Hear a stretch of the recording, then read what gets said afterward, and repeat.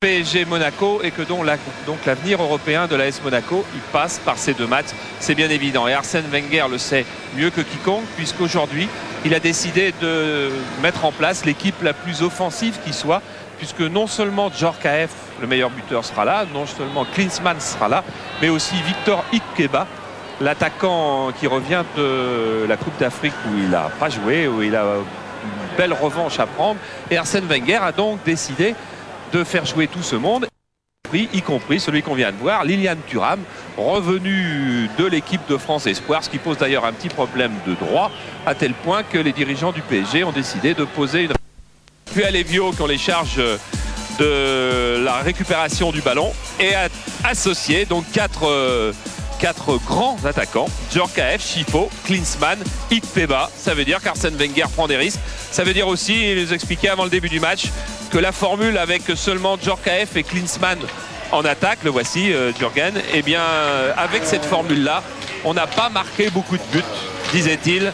Alors comme la victoire est obligatoire, allez, on joue le jeu, on attaque, on prend tous les risques. 38 buts à 4, alors qu'on retrouve Laurent Fournier avec Vincent Raduro. Laurent, vous avez perdu en Angleterre, mais Monaco a perdu contre Barcelone. Quelle est l'équipe qui, à votre avis, est le plus touchée moralement? Je pense que ça peut être que nous, puisque Monaco, ils ont une demi-finale de Coupe d'Europe à jouer. Mais nous, on va essayer de faire le break ce soir pour essayer d'être champion et essayer d'oublier les deux défaites. L'année dernière, c'est vous qui aviez marqué le but de la victoire dans un tel PSG Monaco. Est-ce que vous vous en souvenez? Est-ce que ça peut vous aider pour une rencontre? Oh non, ça va pas m'aider du tout, mais c'est vrai que c'est un bon souvenir. On va essayer de faire de même ce soir. Jean-Luc Sassus, dans la presse ce matin, rappelait l'élimination de l'équipe de France. Est-ce que vous craignez un syndrome bulgare qui pourrait vous faire perdre le titre de champion au tout dernier moment? Non, je pense pas. Je pense que Marseille doit gagner ses 4 derniers matchs. Et nous, il faudrait qu'on les perde tous. Alors je pense que c'est... Mais on ne sait jamais. Merci Laurent. Ce qui est marrant, Vincent rappelait à Laurent Fournier son but victorieux l'an passé face à Monaco ici au Parc des Princes. Figurez-vous que c'était lors de la 34e journée. Et aujourd'hui, c'est aussi la 34e journée, un match que va diriger Marcel Lenné, qui connaît bien les deux équipes. Il a arbitré 2 fois le Paris Saint-Germain de Ginola. Une fois c'était contre Marseille, l'autre fois c'était à Martigues. Et il a dirigé également 3 fois Monaco. Voilà, donc entrée des joueurs, les remplaçants seront derrière, ce qui permet de vous dire que Potel s'appelle Christian. Voilà.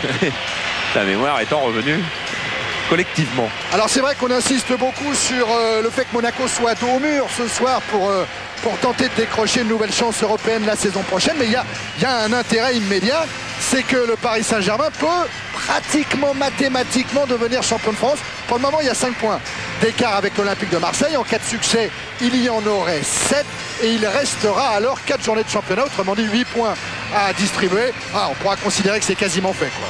Oui, enfin bon. Oui, on attendra mathématiquement. On attendra la mathématique. On a vu passer une statistique des PSG Monaco depuis 1974. Et Monaco est une grande équipe depuis beaucoup plus longtemps que le PSG, même si le PSG a eu de bonnes heures de gloire, notamment avec Gérard Rouillet et Safet Suzik. Et vous avez vu qu'au Parc, Monaco avait gagné 11 fois, alors que le PSG n'avait gagné qu'une fois. Et que Georges Weah est toujours aussi croyant. Et qu'il a retrouvé avec énormément de plaisir Arsène Wenger et les autres monégasques qui se sont beaucoup embrassés avant le début du match. Alors le coup d'envoi va être donné par Georges Weah et Rai. Dans le rond central, ils attendent la libération de Marcel Lenné. Voilà, c'est fait avec Le Guen qui écarte tout de suite avec un premier ballon touché par David Ginola face à Blondeau. Remise en jeu qui sera parisienne.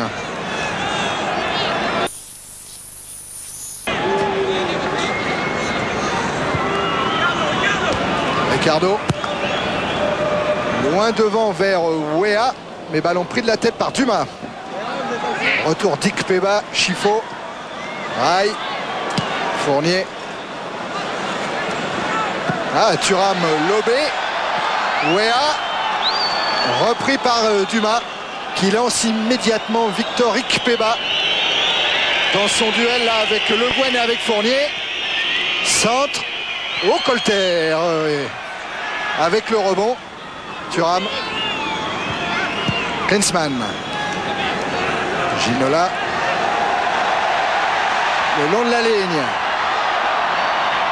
conserve le monopole du ballon. Il le laisse à son capitaine, Le Guen. Colleter. Weah face à Thuram en vitesse. Giorgio Weah. Le centre. Sorti par Emmanuel Petit. Klinsmann. Blondeau. Djorkaeff. Puel. Encore Youri Djorkaeff qui pénètre à l'intérieur du dispositif défensif parisien et qui est accroché.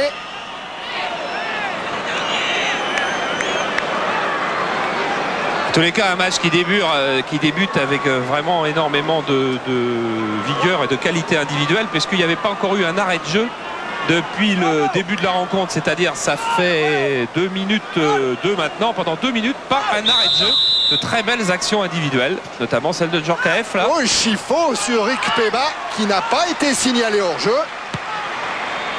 Et la masse s'en sort bien. Dumas. Petit. Chifo. Petit. Encore avec Enzo Chifo qui a lancé Jürgen Klinsmann. La faute de Ricardo qui va lui valoir le premier carton jaune. Ouais, qui lui vaudra aussi un match de suspension, car il restait sur 2 cartons, un contre Marseille, un contre Lens, qui sont dans la période fatidique des 10 matchs. Donc il ne sera pas suspendu le prochain match. Le prochain match, c'est Lens. Non, c'est au Havre. Ah oui, le prochain match, c'est Coupe de France. Non, Coupe de France à Lens, il peut jouer. Mais par contre, il ne jouera pas au Havre. Il ne jouera pas au Havre. Chifo avec une frappe de Djorkaeff qui n'est pas cadrée. C'est quand même un petit peu inquiétant pour le PSG. La première percée de Djorkaeff qui en 1 contre 1 a obligé un défenseur du PSG à faire une faute. Et puis cette percée qui oblige Ricardo en 1 contre 1 aussi à faire une faute. C'est... On va voir, ça peut être que les qualités individuelles des attaquants monégasques sont en train de s'exprimer. Colleter qui a perdu le ballon. Klinsmann le récupère avec Chifo. Et la bonne intervention de Roche. Raï. Et dans le dos de Guerra. Ballon récupéré par Petit. Vers Rick Peba. Ouais, qui a bien évité Laurent Fournier. Centre de Rick Peba pour Chifo qui a voulu prolonger sur Klinsmann. Raï. Weah. Raï. Ah, qui n'a pas le public dans sa poche, hein, c'est le moins qu'on puisse dire. L'état de grâce est terminé pour Raï auprès du public. Je dirais même auprès de ses coéquipiers, car s'ils pensent tous que c'est un garçon charmant, ils ont été pour le moins très étonnés, nous ont-ils raconté ensuite, de le voir titularisé à Arsenal. Et beaucoup ont même dit que ce moment-là avait été un moment psychologiquement important, quand vers 17h30, ils avaient appris que Georges Weah ne jouait pas à Arsenal. Et que le coup de poker d'Arthur Georges était bien dangereux pour l'équipe, peut-être pour lui aussi. Le Guen. Avec une intervention de Blondeau, Klinsmann. Et Roche avec le pressing de Claude Puel. Dumas. Fournier. Tête de Petit. Puel a voulu écarter sur Chifo qui récupère après un mauvais contrôle de Guerra et qui lance encore vers ce Victor Ikpeba. Oh, qui échappe au tacle de Fournier, qui centre. Ballon contré par Roche. Francis, c'est pas inquiétant ce début de match de Monaco qui monopolise le ballon pour le moment. Inquiétant, oui et non. On a toujours un petit peu de mal à débuter nos matchs au Parc des Princes. On ne sait pas encore trop pourquoi. Maintenant, je pense qu'au fil de la rencontre, on va un peu plus s'imposer. On essaie de jouer un peu plus haut. C'est pour ça que on a vu Ricardo essayer d'intercepter le ballon un peu haut. Là, les lignes sont assez restreintes au milieu. Et bon, je pense qu'on va réussir à s'imposer. On a toujours un départ assez difficile, mais je m'inquiète pas trop. C'est Petit qui a récupéré après l'ouverture de Raï. Et ballon dans les pieds de Weah. Contré par Thuram. Weah a une deuxième chance. Non, ballon perdu, Chifo. Vio. Et l'accélération est monégasque au milieu du terrain. Chifo. Ikpeba. Chifo repris par Guerra. Et Chifo s'en sort et cette fois le tacle de Fournier est bon. Encore Chifo avec Ikpeba. Chifo. Transversal vers Blondeau. Et retour de Ginola.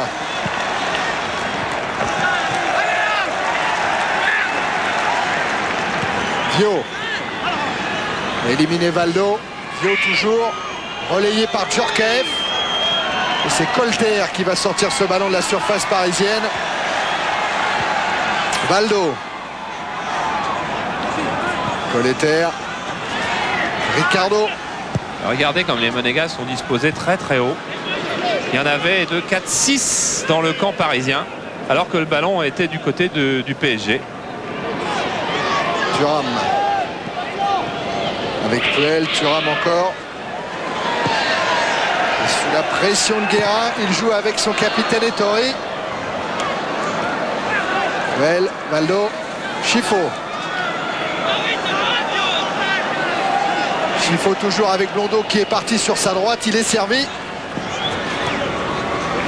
Blondeau face à Colter. Un centre contré, remise en jeu monégasque. 7 minutes en première période, toujours 0-0. On pourrait remarquer qu'Emmanuel Petit a un gros pansement à la main. Il est blessé. Visiblement, on apparaît au plus pressé avec Emmanuel. Ah, ça s'est passé dans un choc quand il a perdu le ballon en la redonnant à Georges Weah. Il venait juste de subir ce choc. Djorkaeff dans la surface de réparation. Il a contrôlé le ballon de la main. Et voilà Emmanuel Petit. Alors, on lui a bandé la main gauche. Il doit avoir une petite entorse d'un doigt consécutif à un choc. Ça fait quand même assez bizarre de ne pas entendre les supporters ce soir, parce qu'on a l'habitude quand même au Parc des Princes de ne pas trop entendre les joueurs parler sur le terrain. Ça fait quand même un petit vide quand même. Ça c'est vrai. Ça c'est vrai. Valdo. J'espère qu'ils ne bouderont pas trop longtemps quand même. Ah ben ça va certainement dépendre de la production du PSG ce soir. Le Guen. Avec Raï qui met en retrait sur Roche. Et Roche transversale vers Ginola. Ah oui, qui a senti dans son dos passer Colter. En mise en jeu vite fait. Avec Klinsmann. Blondeau va laisser sortir.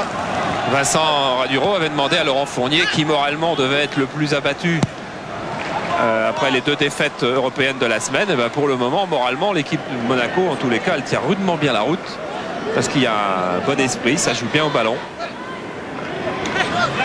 Potel, donc le gardien de la nationale 2,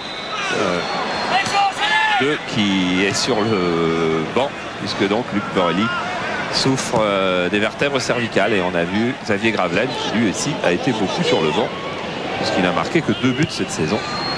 Klinsmann en déviation, une interception de Colter. Ginola et Puel qui l'a devancé. Oh là, Ginola qui a anticipé la passe en retrait. Weah est à sa droite. Raï appelle le ballon sur sa gauche. Ginola va servir le Brésilien, signalé hors jeu.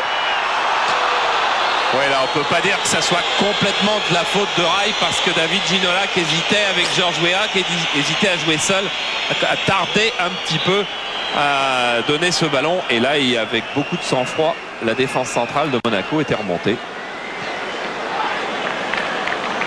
Oui, bientôt 10 minutes en première période, toujours pas de but. Et là, David Ginola est en train de discuter avec sa défense sur le placement de l'équipe. Petit. Dialogue long, prolongé et apparemment chaud avec Paul Le Guen. Je pense qu'il lui disait plutôt de jouer le ballon un peu plus vite, un peu plus simplement, à mon avis. Il a lâché tout de suite sur Raï sur le côté, ce qui lui aurait permis de le décaler, et ça aurait été une action un peu plus dangereuse. Et Blondeau. Et là, Le Guen est intervenu. Raï relance vers Valdo. Ginola. Face à 3 Monégasques, il perd le ballon et Klinsmann peut repartir et alerter Ikpeba. Protection de Fournier sur la sortie de la main. Et relance impeccable sur Guérin.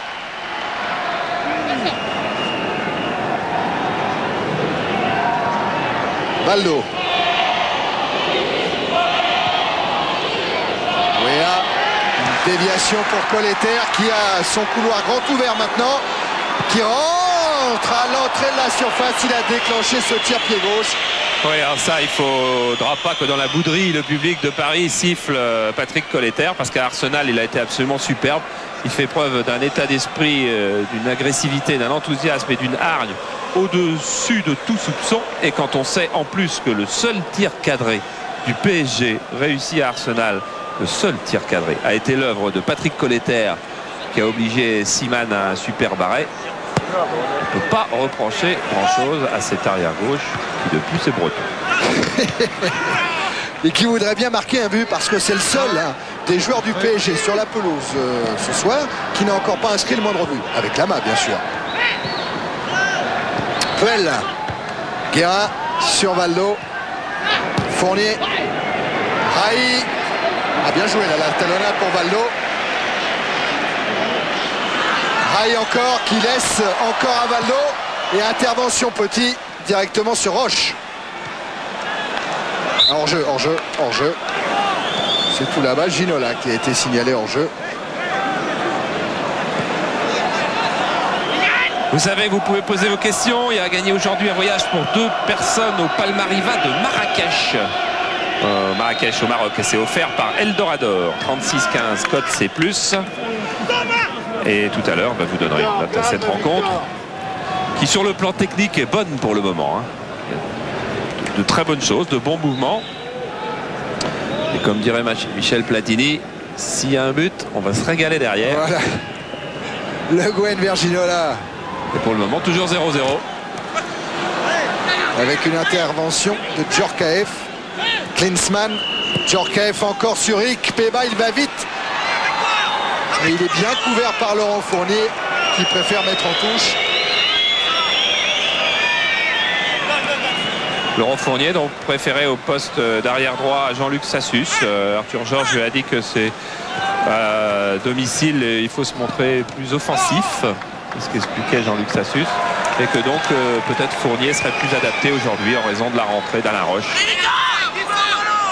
C'est un de vos postes ça, Francis. Vous êtes quoi en fait? Vous êtes arrière latéral ou vous êtes milieu de terrain? Dans votre cœur d'abord. Dans mon cœur, j'aime beaucoup jouer au milieu de terrain parce que si vous voulez, actuellement, j'ai encore quelques petites lacunes au poste d'arrière droit. Il y a quelques trous dans le match que j'arrive pas bien à gérer. Au milieu de terrain, si vous voulez, il y a plus de mouvement et c'est plus facile de rester complètement dans le match. Valdo, après une alerte devant la cage parisienne. Ouais, le contre involontaire de Le Guen.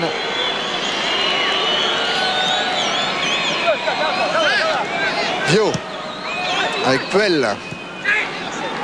Londo. Intervention Colleter. En tout cas, les tribunes Auteuil et Boulogne tiennent parole. Il n'y a pas d'encouragement pour le PSG. C'est le silence.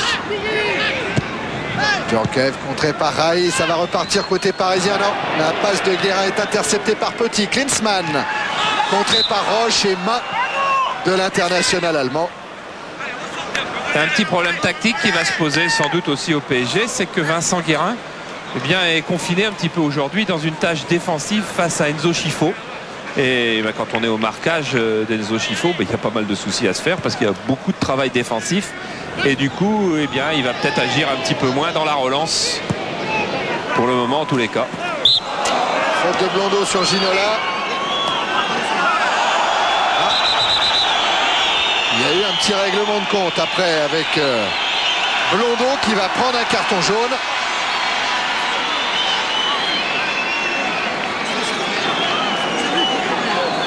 C'est son 3e de la saison, mais il n'a pas de conséquences particulières. Il marque Ginola aujourd'hui, il va marquer Boban dans combien de jours la demi-finale? C'est pas mercredi là, c'est mercredi d'après. 27. Voilà. L'arbitre sera allemand, ce sera Bert Hennemann. Ginola signalé hors jeu avec un petit peu de retard. C'est pour ça que le public gronde. Mais Monsieur Lenné laisse jouer. Il a pris la responsabilité de laisser le jeu se poursuivre. C'est dans son rôle. Lama. Roche. Le Guen. Guérin. Contré par Schifo. Voilà, on va revoir cette ouverture qui fait qu'il n'y avait pas hors-jeu de toute façon. Dumas avec Petit. Vio, Djorkaeff.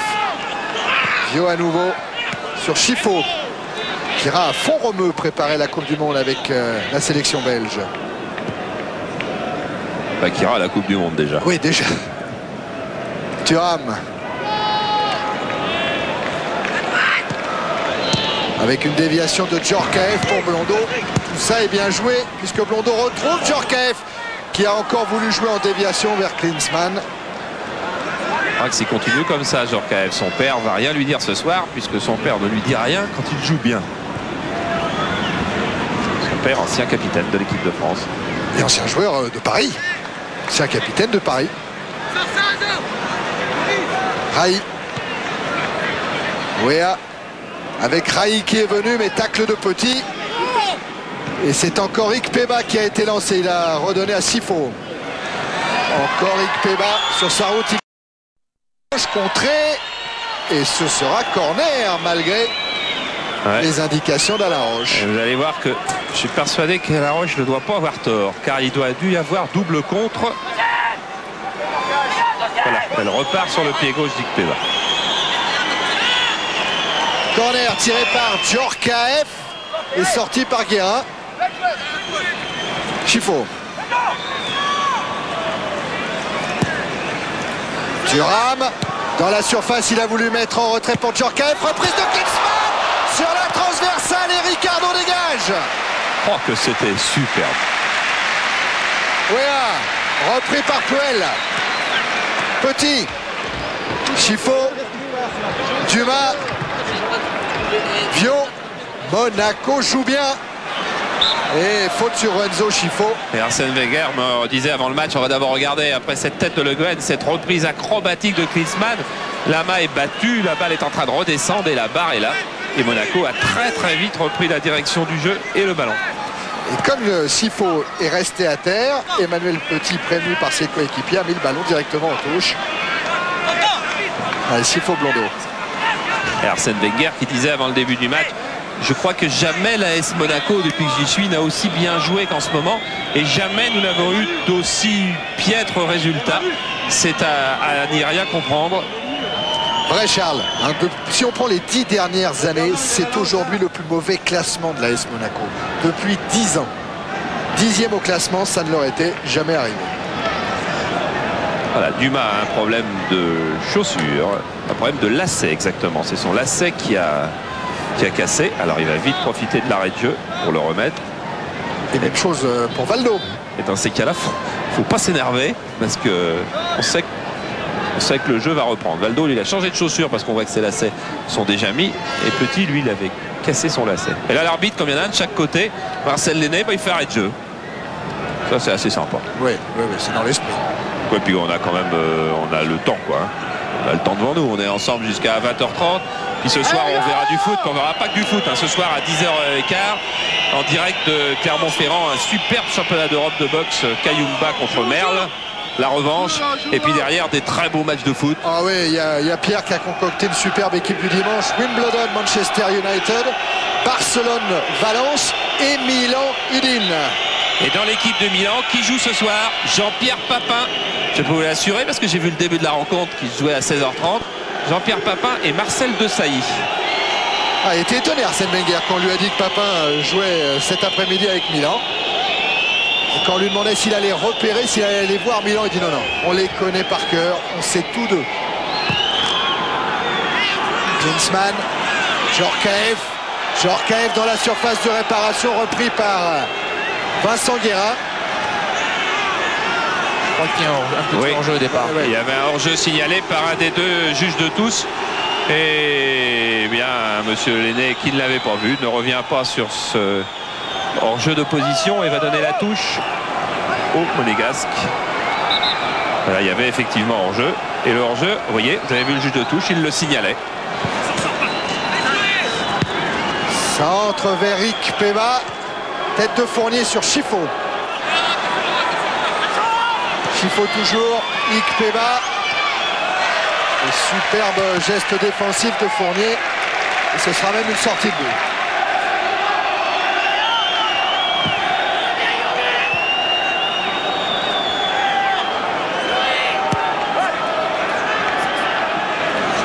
Colleter à la relance pour le PSG, toujours 0-0. Et intervention de Marcel Lenné pour sanctionner les Monégasques.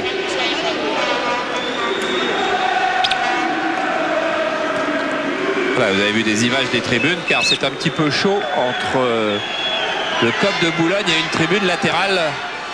Ginola, lui, il alerte Raï. Raï face à Petit. Et Raï va obtenir ce qu'il cherchait une fois enfermé sur le côté, le corner. Oui, je vous disais, c'est un petit peu chaud entre deux tribunes. Il y a la tribune qui fait grève du fait de supporter PSG, puis une autre qui lui reprochait. C'est un petit peu chaud cette semaine aussi parce qu'il y a eu le procès des incidents de PSG Caen. Donc tout ça ne donne pas le meilleur climat qui soit.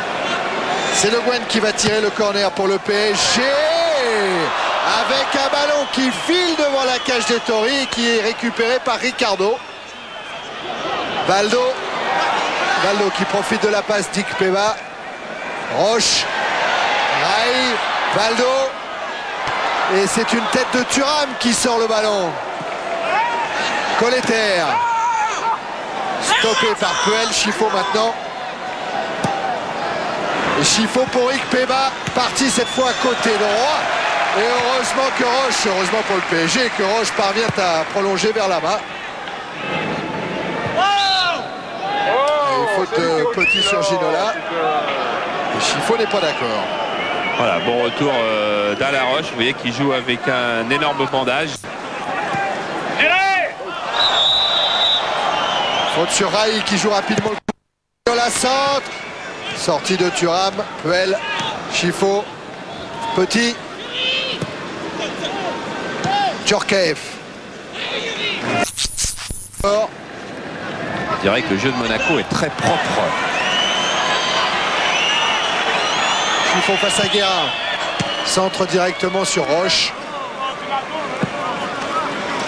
Francis, de l'extérieur, comment trouvez-vous vos coéquipiers? Il y a un problème moral, il y a un problème de tactique. Vous savez, ça m'est très difficile de juger mon équipe. Maintenant, je suis tout cœur avec eux. J'espère qu'on va faire un résultat ce soir. Mais de les juger comme ça me paraît un peu difficile quand même. C'est-à-dire qu'ils ne semblent pas avoir leur force morale peut-être en ce moment. L'élimination est toute fraîche. Vous savez, j'ai pas été là de la semaine, donc je peux pas trop vous dire comment ça se passe au sein de l'équipe. Maintenant, je les ai vus avant le match dans le vestiaire. Ils me paraissaient très très concentrés et ils avaient tous envie de faire un résultat ce soir. Et la faute de Chifo sur Guérin après un bon mouvement du PSG. Là,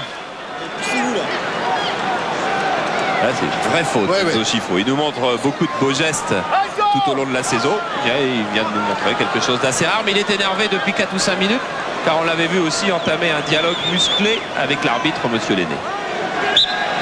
Valdo pour tirer le coup franc. Ricardo et Roche sont montés. Raï aussi pour mettre sa tête. Ginola. Ouéano battu par Thuram. La reprise de Roche, elle est manquée. Et c'est Puel qui va tenter de se dégager en obtenant même un coup franc. Et on les joue vite des deux côtés, les coups francs. On a vraiment besoin des 2 points. Puel. Klinsmann. Accroché par Roche. Et coup franc en faveur de Monaco.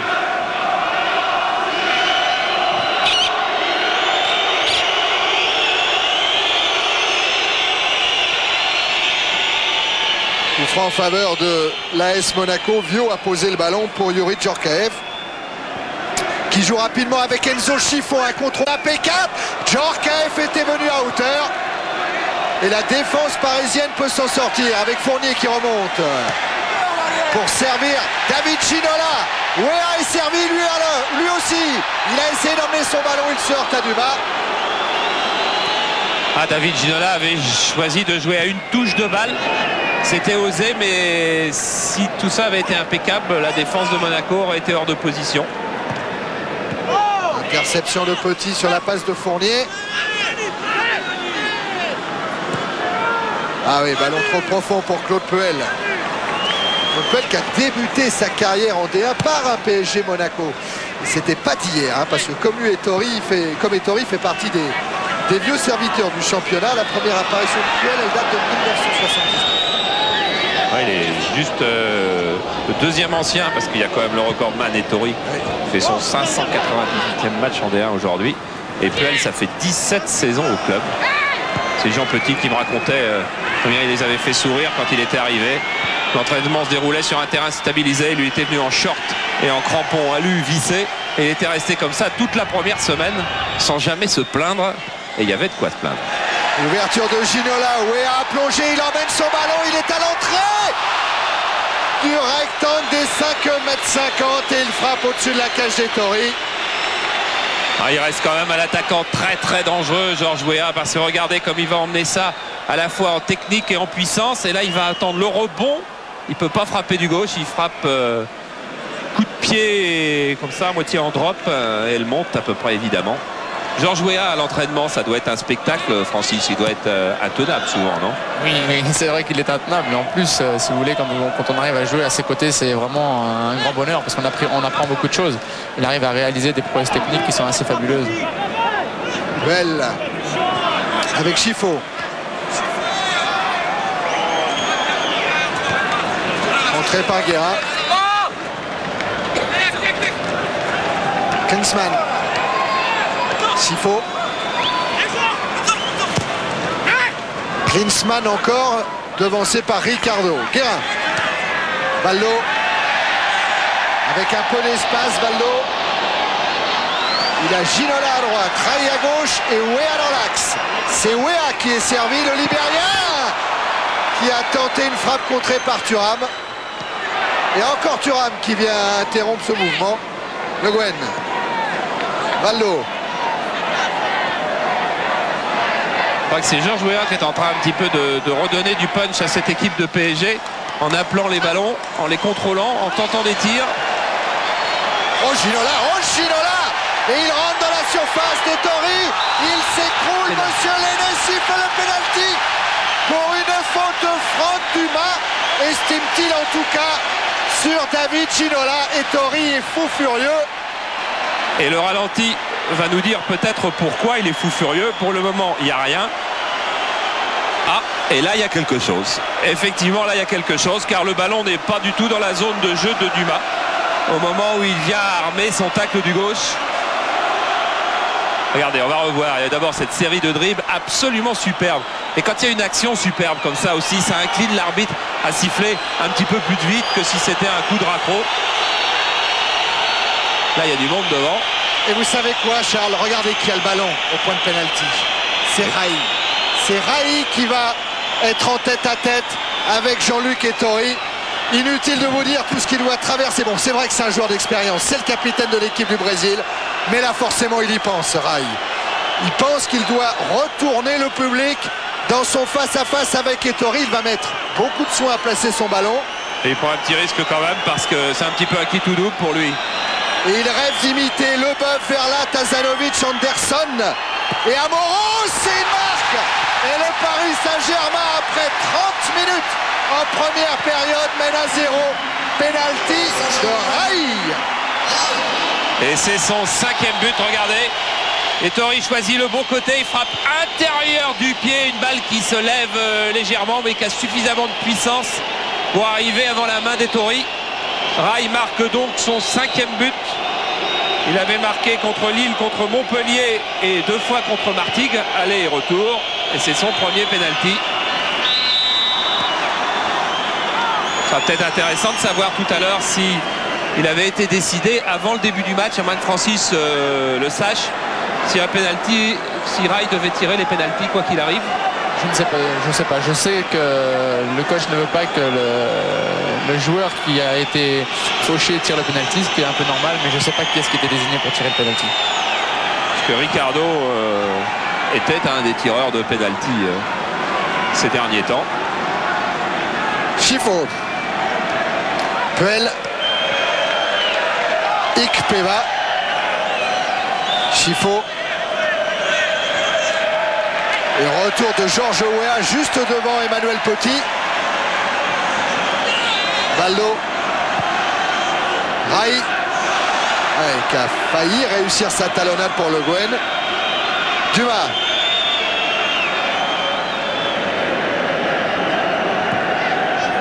Ikpeba.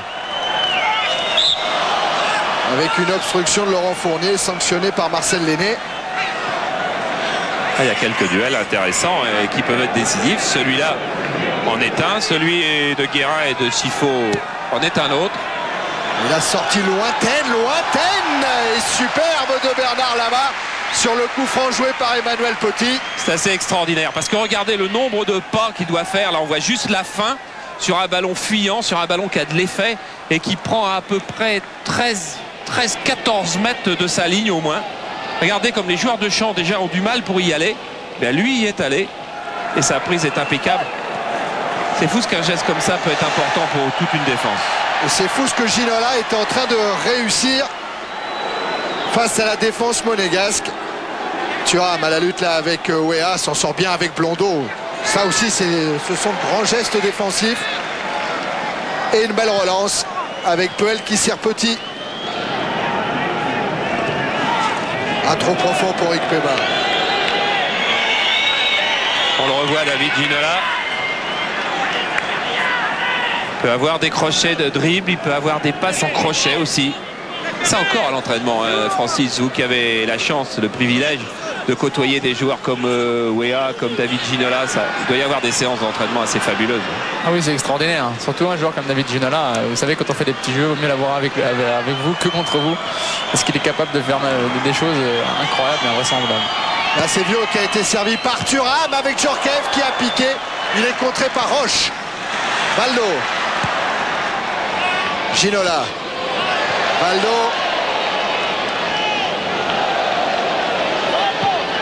Weah.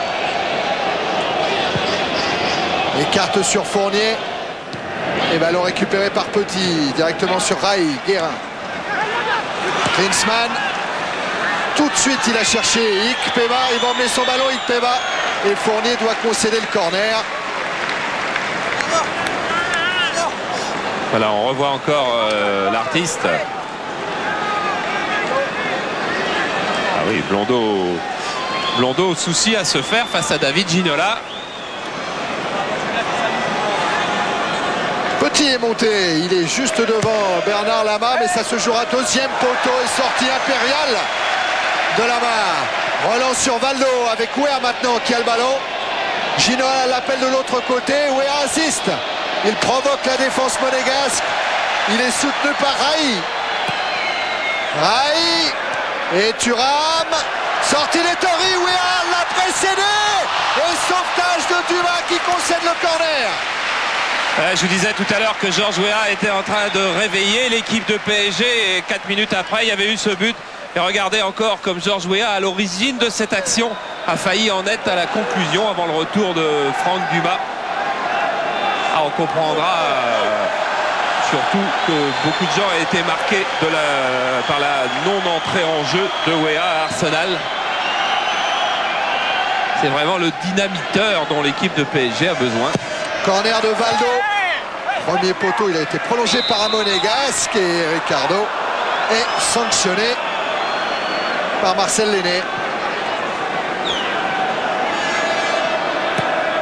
À 10 minutes maintenant de la fin de la première période, le PSG mène 1-0 sur un penalty de Rai. Chifo. Vers Ikpeba. Et encore un retour de Fournier. Fournier n'aura pas intérêt à laisser 2 mètres ou 3 mètres de champ à Victor Ikpeba, car il est en jambes aujourd'hui. Il a rongé son frein lors de la Coupe d'Afrique en Tunisie. Il a envie de ballon. À propos de ballon, il y a des spectateurs qui en ont eu envie aussi, parce qu'ils ne le rendent pas. C'est un ballon qui va venir du banc de touche. Frappé par Denis Troc. Ouais. Ah, il était revenu quand même le ballon. Il est tombé dans la fosse. Ah ouais, il avait toujours un peu de temps. Ouais. Donc avec le ballon d'origine, Chifo pour tirer le corner. Lama sort, aidé par Georges Weah et Puel remet le ballon sur Ricardo. Ginola Contré par Blondeau, mais auparavant il y avait une intervention de l'aîné pour une main de David Ginola. Qui est en train d'expliquer qu'il a d'abord été poussé par le défenseur de Monaco et que c'est pour ça qu'il met la main. Chifo. Petit. Dumas. Colleter en interception. Ouéa. Valdo. Guérin. Ouéa a poursuivi, mais interception de Petit. Vio. Klinsmann. Puel. Thuram.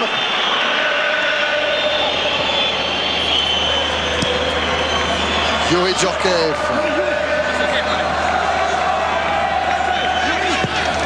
Djorkaeff vers Klinsmann. Et ballon récupéré maintenant par Alaroche. Ginola. Toujours dans son duel avec Blondeau. Cette fois, le défenseur s'en sort.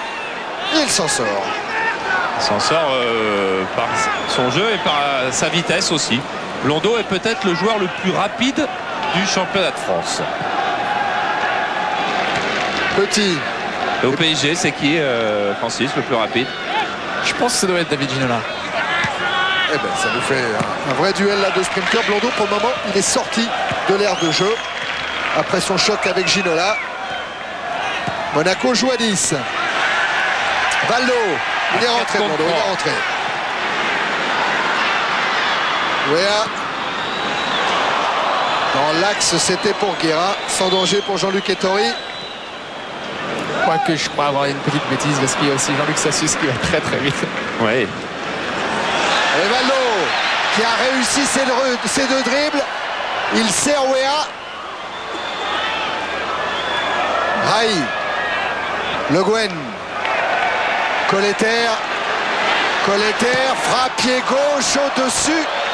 Ah, il avait envie. Hein. Oui, oui. Il y avait 5-6 pas qu'il avait envie de frapper. Il râle après lui-même. Il revient en beau gréant. Enfin, il n'oublie pas ses tâches défensives parce qu'il disait que quand il était arrivé au PSG, dès qu'il avait le ballon, il pensait qu'à attaquer. Maintenant, il a un petit peu changé et il fait son travail défensif fort bien avant de se concentrer à des tâches offensives comme celle-là. Chifo. Dumas. Vers Djorkaeff. Soutenu là-bas par Blondeau. Voilà Blondeau, il est servi. Et intervention Colleter. Djorkaeff. Fournier. Ouéa. Intervention Petit relayé par Chifo. Chifo vers Rick Peva. Et heureusement que Ricardo veille. Ah, Ricardo, il a vu le jeu avant tout le monde sur cette action. Et c'était balle de but. Hein. Et là encore une bonne couverture de Franck Dumas devant Valdo.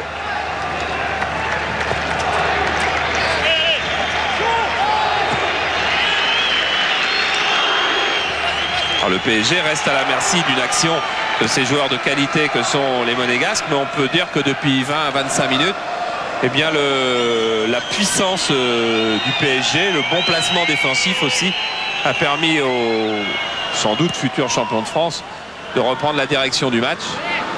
Et puis au fur et à mesure, le jeu collectif de Monaco, tout en restant de bonne qualité, c'est un petit peu étiolé. Ah, Enzo Chifo qui nous a fait un petit geste technique. Voilà, regardez Jean-Paul, ça lui a pas échappé non plus. Ça fait toujours plaisir. Ouais, ça nous fait une bonne fin d'après-midi de foot. Ah oui, oui. Chifo. Puel. Blondeau. Klinsmann qui a cherché le 1-2. Et il manquera Thuram en défense qui était parti en pointe. Si on va vite du côté de PSG. Raya le ballon, il a servi Ouéa. Et retour d'Enzo Chifo. Petit vers Djorkaeff. Djorkaeff dans l'axe vers Ikpeba. Toujours couvert par Laurent Fournier. Ce sera encore un corner. Youri Djorkaeff qui est très bon depuis le début. Oh, il a corner, c'est sûr, puisque la balle a même été sortie du bras. Et c'était un petit peu involontaire quand même. Toujours Petit qui rôde devant Bernard Lama. Et également Klinsmann, bien sûr. Thuram qui a été devancé là par Georges Weah. Et la remise en jeu sera par conséquent monégasque. Valdo qui jouera avec PSG mercredi. Ouais, pour un France-Brésil. Un France-Brésil. PSG-Brésil. PSG-Brésil. Oui, PSG qui sera même renforcé par 3 Bordelais. Puis c'est la grande équipe du Brésil qui vient. C'est vraiment la sélection que Parreira compte emmener à la Coupe du Monde aux États-Unis à partir du 17 juin. Sélection dans laquelle joueront Ricardo et Rai. Allez, monsieur Lenné, il va demander à Fournier de se placer à distance réglementaire. Je crois également, Charles, qu'il y aura un joueur brésilien qui évolue en Suisse et que le Paris Saint-Germain souhaite un petit peu superviser. Voilà, qui sera à l'essai, un joueur qui jouait avec Anderson. Milieu de terrain offensif gauche. Petit a joué le coup franc avec un retourné d'Ikpeba jugé dangereux par monsieur Lenné. Pas Ikpeba, Thuram bien sûr. Bon, ça aurait pu être Ikpeba parce qu'il est capable de faire des gestes de ce genre.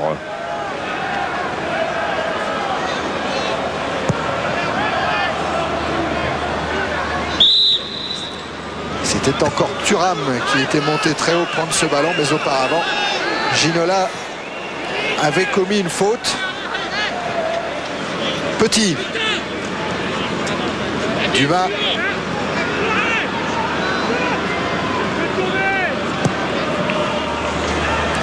Long. Ouais, elle va être trop longue cette ouverture vers Djorkaeff. Arsène Wenger, Jean Petit. Arsène Wenger qui ne sera pas au Bayern de Munich la saison prochaine. Le président Jean-Louis Copera a donné son veto absolu à ce que Arsène Wenger n'aille pas jusqu'au bout de son contrat. Ouh la main de la tête à l'extérieur de sa surface de réparation. Il a pris la balle et il a trouvé Valdo avec une faute d'Enzo Schifo. C'est un duel de numéro 10 là. Ah, ça peut être dans notre top 10 parce que c'est un geste de défenseur commis par un gardien.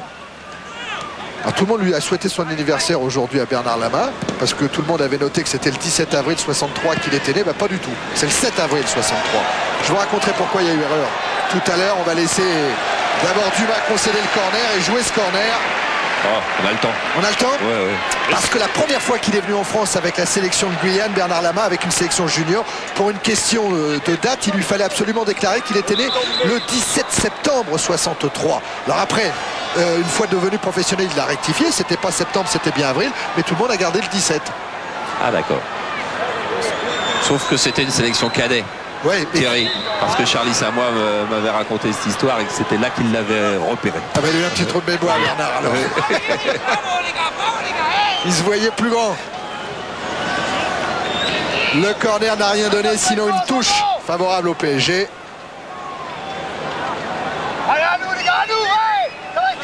Une touche longue jouée par Le Guen sur la tête de Dumas. Djorkaeff. Fio. La première fois qu'il joue au parc, Fio. Écarte sur Puel. Ikpeba maintenant. Toujours avec Fournier dans son dos et encore un corner. Oh, il y aura eu beaucoup de corners dans le duel Fournier-Ikpeba. C'est-à-dire qu'il ne prend pas de risque majeur de relance, Laurent Fournier, parce qu'il sait que le premier objectif quand on a affaire à un joueur et un dribbleur de cette qualité-là, eh bien, c'est de lui interdire le chemin du but. Après, on voit. Deuxième poteau, c'est encore pour Thuram. Ouh, la sortie de Lama qui a gêné Rai aussi. Et c'est Thuram qui est sanctionné pour s'être appuyé sur Rai.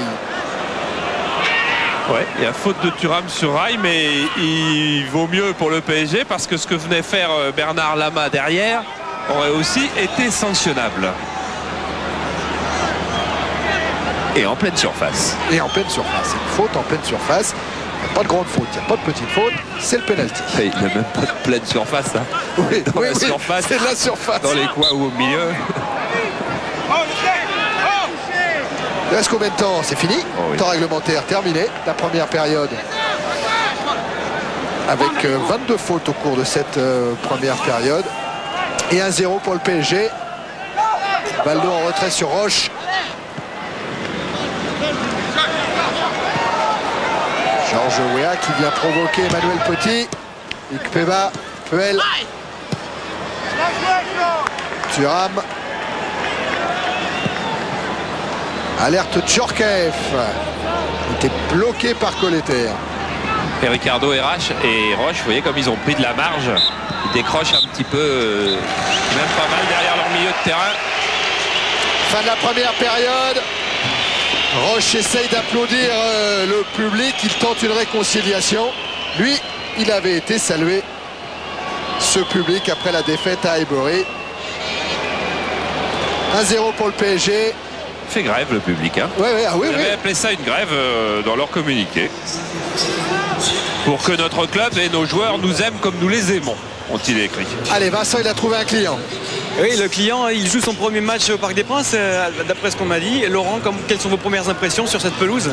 La pelouse en elle-même, elle est pas super, mais je crois qu'on a encore raté le coche avec ce tir sur la barre, et on prend un but après sur penalty qui ruine encore une bonne partie de nos efforts, et je crois qu'il va falloir être encore plus vigilant pour pouvoir revenir au score en deuxième mi-temps. Oui, mais vos efforts, ils sont là. Pour l'instant, Monaco joue bien, joue vite. Est-ce que vous croyez que vous avez la puissance et la capacité de remonter un petit peu le score? J'espère, et je vous en dirai un peu plus dans 3 quarts d'heure, mais c'est vrai qu'on s'est mis un peu dans une situation délicate, comme un peu contre Barcelone, où il va falloir revenir au score, et vu qu'ils sont pas mal en contre, on risque d'avoir des difficultés. Merci Laurent. C'était Laurent Viot. C'était Laurent Viot, ancien Angevin, comme le gardien du SCO d'Angers, Aubry, oui. qui sera ancien Angevin la saison prochaine aussi, je crois. Oui, car c'est Ramel qui a signé un premier contrat professionnel. Par les statistiques. Autre donnée tactique à l'entrée de cette seconde période, il n'y a pas eu de changement dans les deux équipes. Et le coup d'envoi vient d'être donné par Monsieur Lenné, avec un ballon dans les pieds monégasques, avec Blondeau pour Dumas. Petit. Déviation sur Chifo, intercepté par Fournier. Fournier, il a décidé de faire un match ultra sérieux. Il ne va pas faire beaucoup de fantaisie aujourd'hui. Il sait aussi quand même qu'il y a un titre de champion de France à la clé. Car le PSG cette saison, quels que soient les petits ou moyens reproches qui peuvent lui être faits, qui peuvent être faits à certaines de ses individualités sur le terrain ou sur le banc, eh bien le PSG a réussi en tous les cas une série assez extraordinaire, record d'invisibilité. Et pour le moment, les défaites se comptent sur les doigts d'une seule main, puisqu'il y en a 3 en championnat et 1 en Coupe d'Europe. Oui. C'est quand même un parcours plus que haut de gamme. Avec 37 matchs consécutifs, toutes compétitions confondues, sans défaite. 37 matchs sans défaite. C'est à mettre au crédit quand même d'Arthur Georges et de cette équipe du PSG. Denis Troche, Guy Adam, Joël Bat et le docteur. Oui, car on ne voit pas comme d'habitude Joël Lehir, qui lui est encore suspendu pour 2 matchs encore. Djorkaeff. Centre de Djorkaeff, ballon sorti par Vincent Guérin. Ginola, relayé par Colleter. Et faute de Puel, estime Monsieur Lenné. Coup franc rapidement joué par Weah, trop rapidement, et en tout cas, le ballon roulait. Il faut qu'il soit complètement arrêté.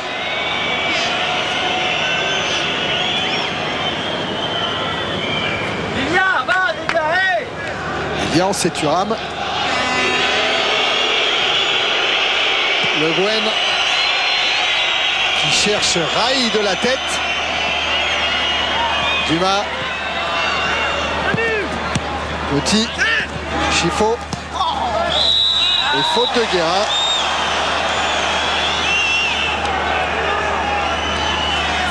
Enzo Chifo qui avait été touché à la cheville avant le match de Barcelone et a joué contre les Espagnols avec une piqûre aussi, une infiltration de novocaïne juste avant le début de la rencontre.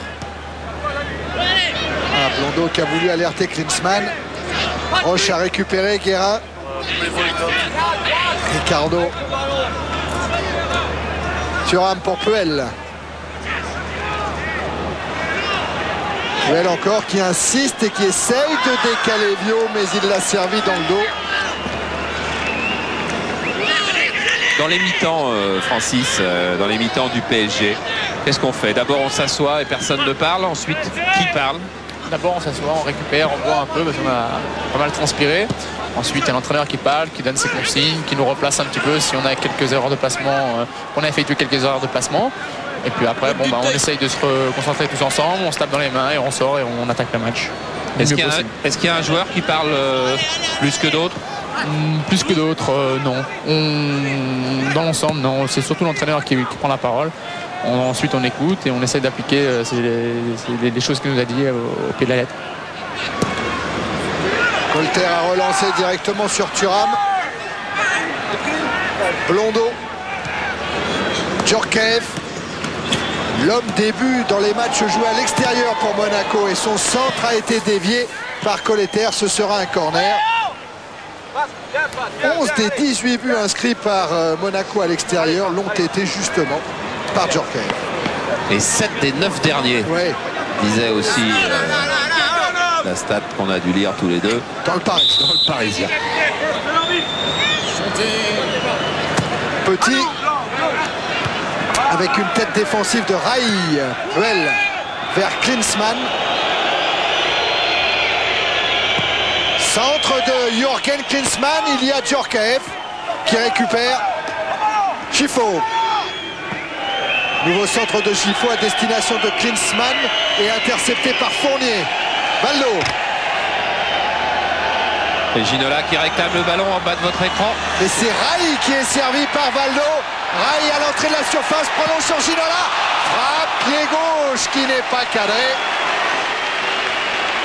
C'était presque une soquette de golf, soquette qu'il a très peu faite mercredi dernier car il jouait au golf. David Ginola qu'on va voir frapper en force sur une qu'on a failli voir. Notre Magnéto il est resté un tout petit peu en carafe, mais c'est pas grave. Et le ballon était un petit peu rebondissant et Francis Lasserre lui disait que la pelouse après cet hiver était de qualité très moyenne. Et je vous disais auparavant que Ginola et Antoine Camboiré avaient eu l'immense plaisir à l'Open Perrier de Paris de jouer la compétition amicale qui précède toujours la compétition officielle avec Ballesteros et Olazabal, et que Camboiré a joué, pour les puristes qui connaissent le golf, 8 handicap 8 et Ginola handicap 15, qui est absolument formidable. Et la frappe d'Ikpeba. C'est qui? C'est Petit. Petit qui est touché, oui.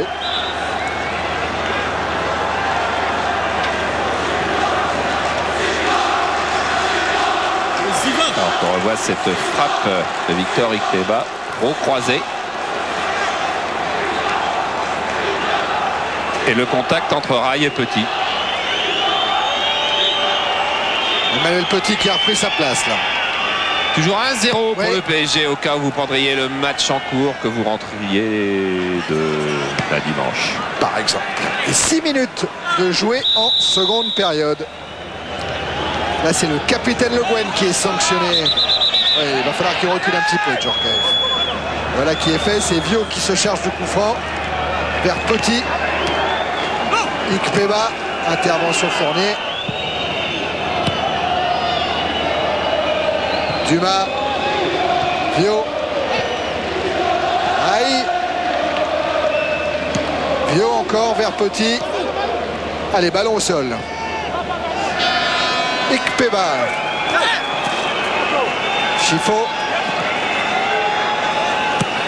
Transversal vers Djorkaeff. La reprise. Elle est manquée, mais qu'il est à droit d'habitude dans ce genre d'exercice. Et la relance immédiate de Lama vers Ginola, poursuivi par Blondeau. Ginola qui ne s'en sortira pas, car même la remise en jeu est monégasque. Oui, ce passement de jambe de David Ginola et les latéraux en France commencent à le connaître un peu.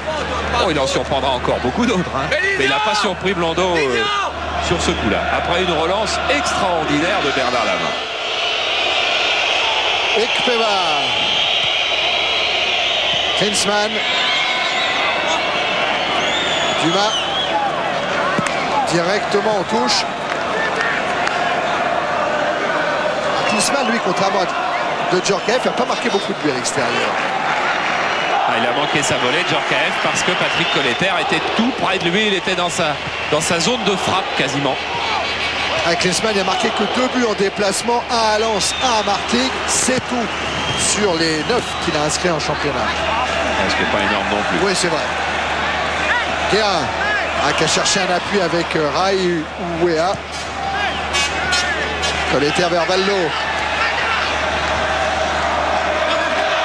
Ouéa. Face à lui, Emmanuel Petit en couverture Dumas. Et en soutien, Puel. Valdo, victime d'une faute d'Enzo Schifo. Énervé Enzo Schifo. Il était énervé après le match de Barcelone qu'il estimait avoir un petit peu raté. Lui dont on attend beaucoup. Énervé aujourd'hui parce qu'il sent qu'une place en Coupe d'Europe, c'est-à-dire une saison blanche en Coupe d'Europe pour des joueurs de cette qualité-là, puis des joueurs qui savent qu'on ne joue pas 20 ans à ce niveau. Et qu'il ne faut pas laisser filer les bonnes années. Eh bien, c'est en train d'échapper aux Monégasques pour le moment. Ça fait rien, ils gagneront la Coupe d'Europe des clubs champions. Comme ça, ils la rejoueront l'année d'après. Ricardo, directement sur Dumas. Effectivement, ils sont qu'à deux matchs. Oui, 2 matchs. Mais enfin, les 2 matchs, c'est une victoire sur Milan AC et peut-être sur Barcelone en finale. Porto. Valdo. Il y a plus simple, quoi. Valdo avec Rai. Et Rai qui peut se retourner et à nouveau servir Valdo. Ginola, Rai. Et bonne sortie là à la fois de Thuram et de Dumas qui poursuit en s'appuyant sur Enzo Schifo. Djorkaeff. Contrôle un peu long qui a profité à Paul Le Guen. Valdo. Et on a entendu, on a volé une petite phrase, c'est « Donnez-moi le ballon les mecs ». Et c'était Victor Ikpeba. Tiens, on a récupéré Daniel Bravo avec nous, qui son micro est ouvert, qui était quand même pas au golf, qui est quand même pas arrivé en retard, Daniel. Bon. Ginola. Daniel Bravo qui est blessé en ce moment, donc des nouvelles pendant que le ballon est au milieu du terrain, Daniel? Non, je suis au repos. Bon, comme j'ai eu des fractures au niveau des vertèbres lombaires, il faut le temps que ça se consolide. Donc il faut 3 semaines, 1 mois. Et là, ça fait 15 jours. Donc je patiente. Ouéa. De Puel, mais interception Blondeau. Blondeau qui essaye de déborder Colleter. Ça va pas être simple. Valdo. Et là, prendre le ballon à Valdo, c'est pas simple non plus. Et pourtant, Emmanuel Petit, il y parvient.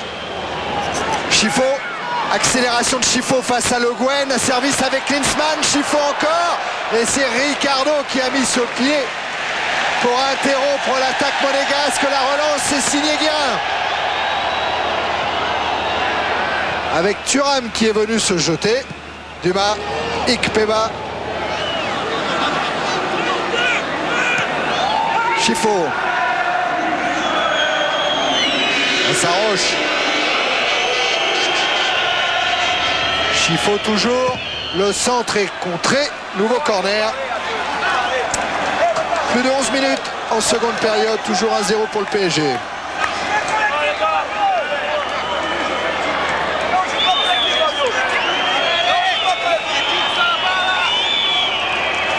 Ça parle. Attention à Thuram, à Petit. Et c'est Paul Le Guen qui a mis sa tête. Puel. La touche sera monégasque. Ouais, et Schifo est resté planqué devant. Il ne l'avait pas vu. C'est fait. Est-ce qu'il obtiendra un nouveau corner? Non, ce sera une sortie de but. Francis, vous avez compris pourquoi il est en colère, Bernard, là? Ah non, je pense qu'il veut qu'on fasse circuler un peu plus de ballons, d'après ce que je vois. Je suis pas sûr.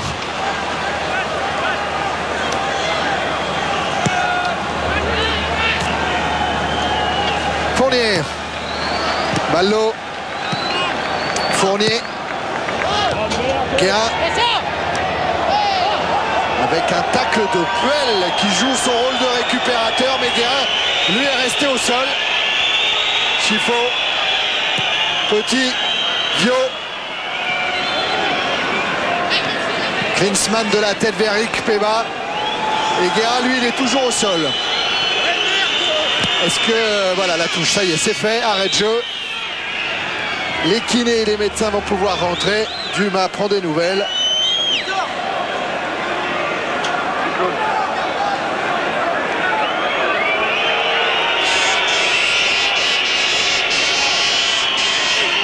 Ouais, je pense qu'il a dû se tordre la cheville, Vincent Guérin, plus que le contact avec Puel. Il lui aussi a pris un contact. Il a dû faire un pas vers l'entorse de la cheville, très vraisemblablement.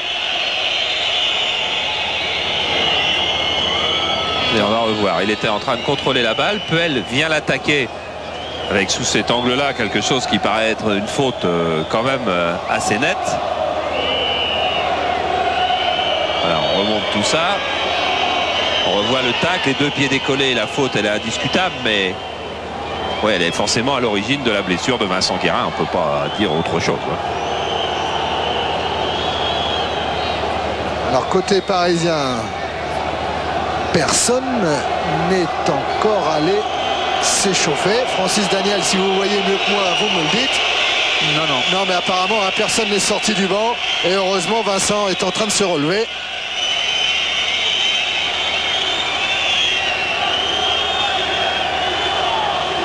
Voilà, ça va aller mieux pour Guérin qui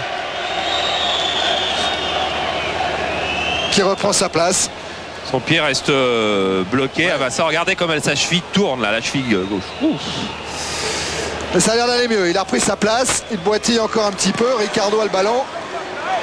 Cherche la tête de Weah, c'est celle de Thuram. Rai qui a devancé Emmanuel Petit, Dumas. Et Fournier devant Ikpeba. Fournier pour le contre. Fournier poursuivi par Petit. Fournier assiste. Il centre. La course était trop longue. Oui. Et Vincent Guérin, je trouve qu'il boite plus que la normale. Et je ne serais pas étonné qu'il ait un regard vers le banc tout à l'heure, encore que c'est un dur. Ancien Brestois aussi. Marcel Lenné qui vient prendre un petit peu de ses nouvelles, et Vincent Guérin qui était en train de lui expliquer qu'il s'était sûrement pas fait ça tout seul. Ricardo avec un ballon qui a été contré par Youri Djorkaeff.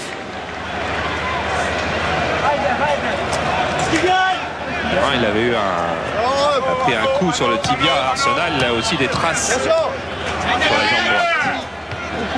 Blondeau, Klinsmann, Puel, Vio, et avec un Georges Weah qui est bien revenu. Thuram devant Ginola. Blondeau. Intervention Le Guen. Ginola qui part vers le but de Jean-Luc Ettori. Il va servir Valdo. Guérin. Weah. À l'angle de la surface, Weah, il a levé la tête, il a vu arriver Rai. Mais tête de Dumas. Valdo. Retour d'Ikpeba. Petit. Chifo. Le contre monégasque emmené là par Enzo Chifo. Djorkaeff. Bien évité. Le retour de Rai. Thuram. Thuram encore. Chifo. Djorkaeff vers Klinsmann. C'est Le Guen. Vous avez vu le temps qu'il a fallu. Depuis que Thierry vous a dit le contre monégasque, le temps qu'il a fallu pour que la balle arrive à 30 mètres des buts de Lama. Ça n'a aucune chance dans ces cas-là. Ginola pour Weah. Weah qui a prolongé vers Rai. Weah est sorti impeccable de Jean-Luc Ettori. C'est pas fini. Valdo a le ballon. Valdo toujours. Il va chercher le centre, mais qui se fait reprendre par Victor Ikpeba. Ikpeba pourra se vanter d'avoir pris un ballon à Valdo. Et Jean-Luc Ettori d'avoir été une balle de but de Georges Weah. Mais regardez quelle accélération en pleine course. Il se la joue pour lui-même. Il y aura un petit relais avec Rai. Il est le plus vite, il est le plus puissant. Et Jean-Luc Ettori a superbement anticipé. Il s'est couché exactement là où le Libérien allait mettre le ballon. Chifo avec Klinsmann.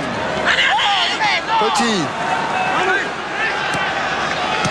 Et Petit qui se fait reprendre encore par la défense parisienne. C'était Roche. Weah. Fournier. Interception de Dumas devant Rai. Djorkaeff. Vio. Puel. Ikpeba. Petit. Centre contré. Petit récupère. Puel. Djorkaeff. En déviation sur Vio. Vio poursuivi par Le Guen. Le capitaine du PSG est éliminé. Centre de Vio. Renvoyé par Ricardo. Et Ginola. Et Ginola. Et Ginola. Il n'a plus que Thuram. Il est repris par l'international espoir. Ça a été beau parce que ce qu'a fait Ginola était superbe, et ce qu'a fait Lilian Thuram aussi, de ne pas se jeter pour pas être le 3e éliminé, et bien ça aussi c'était très fort.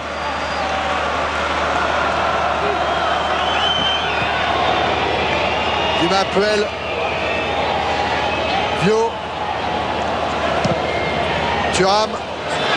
Et il y a Chiffon qui est là, devant Bernard Lama. Sorti de Lama à l'entrée de sa surface de réparation. Et je crois qu'Arsène Wenger va lancer du 109 très rapidement avec Jérôme Niako et avec Amara Simba qui va retrouver sa pelouse du parc. Alors que regardez ce qu'avait fait Ginola, était absolument superbe. Il a gagné en puissance. Francis nous disait qu'il était un des 2 joueurs les plus rapides du PSG, mais il a gagné aussi en puissance énormément lorsqu'il emmène le ballon. C'est très compliqué de venir l'arrêter. Voilà les changements avec l'entrée de Niako et Simba. Simba est son numéro 13 fétiche. Et figurez-vous qu'avant le match, Guy Adam est allé offrir à Amara Simba un maillot du PSG avec le numéro 13. Et pas n'importe quel maillot. Ce numéro 13, il faisait partie du lot vainqueur de la Coupe de France contre Nantes. C'était une promesse faite à Amara Simba. Promesse tenue. Sortie de Vio, sortie de Victor Ikpeba. C'est-à-dire qu'on va conserver quasiment place pour place. Simba à la place d'Ikpeba sûrement. Et Niako à la place de Vio. Oui, exactement au même endroit d'ailleurs. C'est-à-dire Niako assez en retrait. Dumas avec Amara Simba. Et Wea là qui est à la lutte avec Franck Dumas.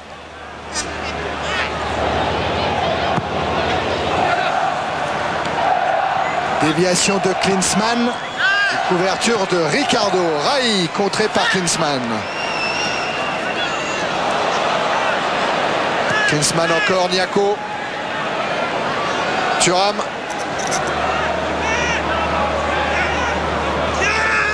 Dumas.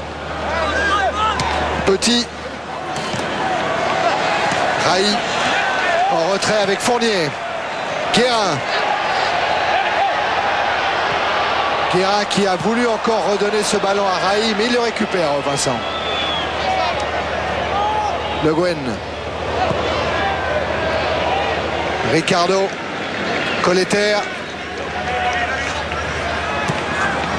Ginola. Ginola encore, il insiste, il a trouvé Colleter. Colleter latéralement vers Guérin.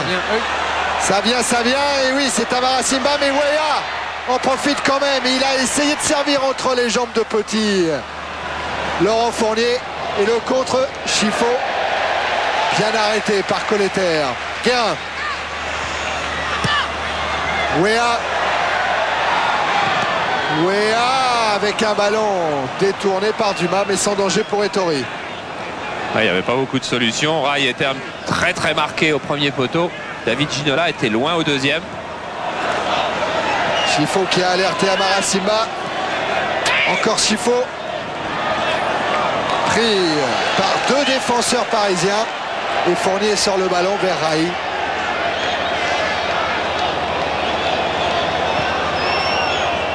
Wea.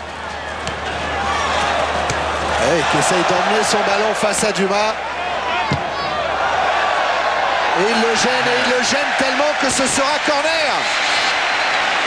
Il a envie de jouer, Georges Weah. Il a très envie de jouer. Avec la puissance qu'il développe quand il vous fait et quand il vous mène une pression comme ça, c'est très difficile de s'en sortir. Et le public du parc ne s'y trompe pas en scandant le nom du Libérien. Enfin, le public qui ne boude pas. C'est le public des côtés. Voilà. Corner tiré par Le Guen. Premier poteau, c'est Thuram qui sort le ballon. Deuxième tentative vers Rai. Cette fois, c'est Simba qui dégage.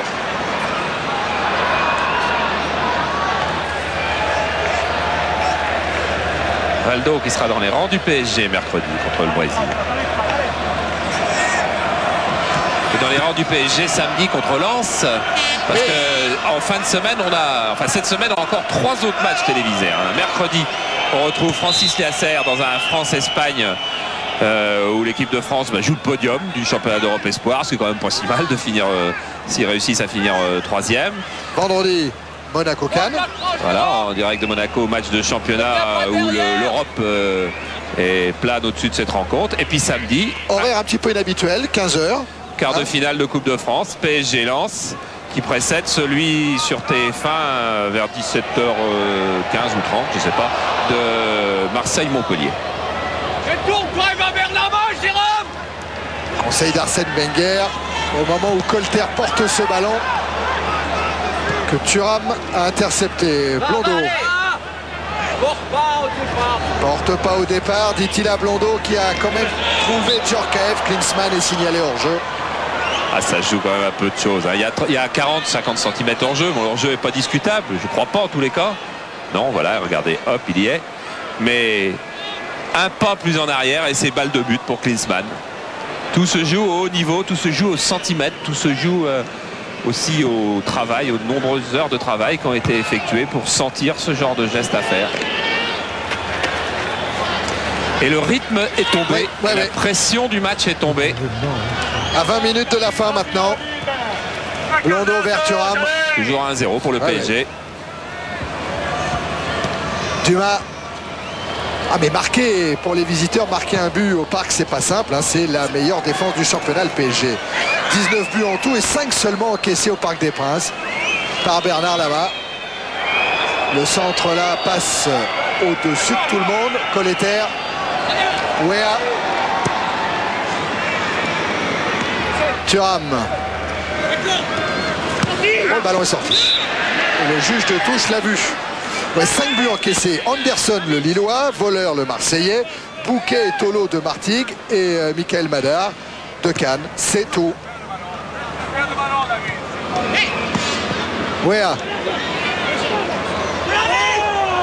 Au milieu de 3 Monégasques, il s'en sort, le Libérien.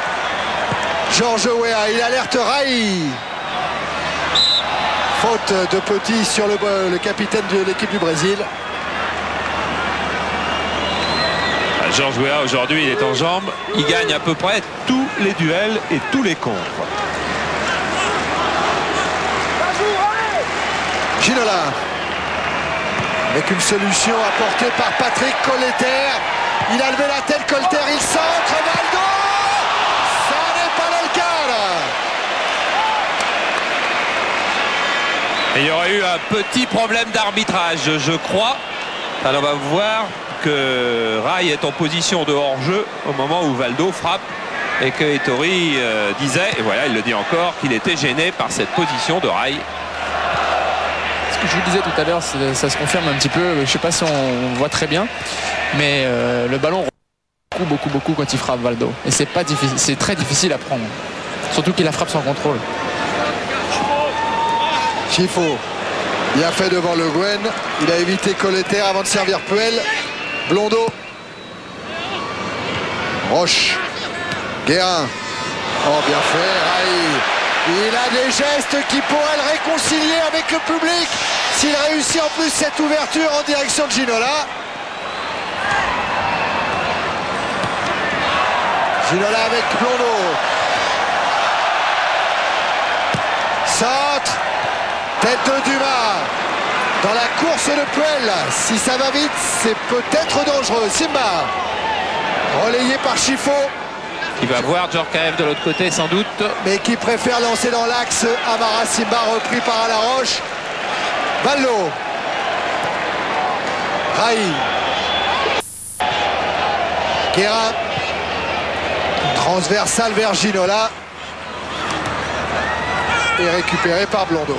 Thuram. Sur Colletter. Ricardo. Et à contre-pied Guérin. Niako en a profité. Chifo. Djorkaeff.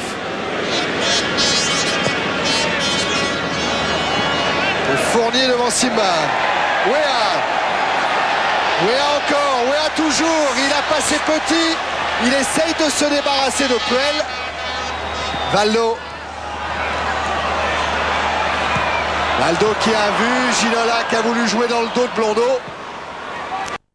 La balle parfaite dans le sens de la course de Ginola au bon endroit. Et Niako, il vient de lober Colter pour filer vers le but de Lama. Centre vers Klinsmann. Et ballon dans les bras de Lama. Guérin. Blondeau maintenant pour Monaco. Klinsmann. Chifo qui marche sur le ballon. Ouais. Marcel Lenné qui avait laissé se développer le jeu après une faute sur Vincent Guérin.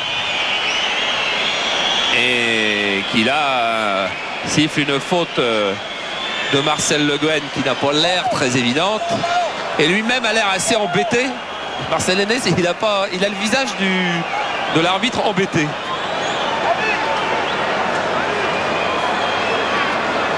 Ça, bon, Le Guen ne touche pas Chifo, c'est sûr, mais on peut peut-être penser, Francis, qu'il y a aussi un petit peu intention de faute de Paul Le Guen. Et si en fait Chifo n'est pas touché, c'est parce qu'il évite un peu le pied de Le Guen.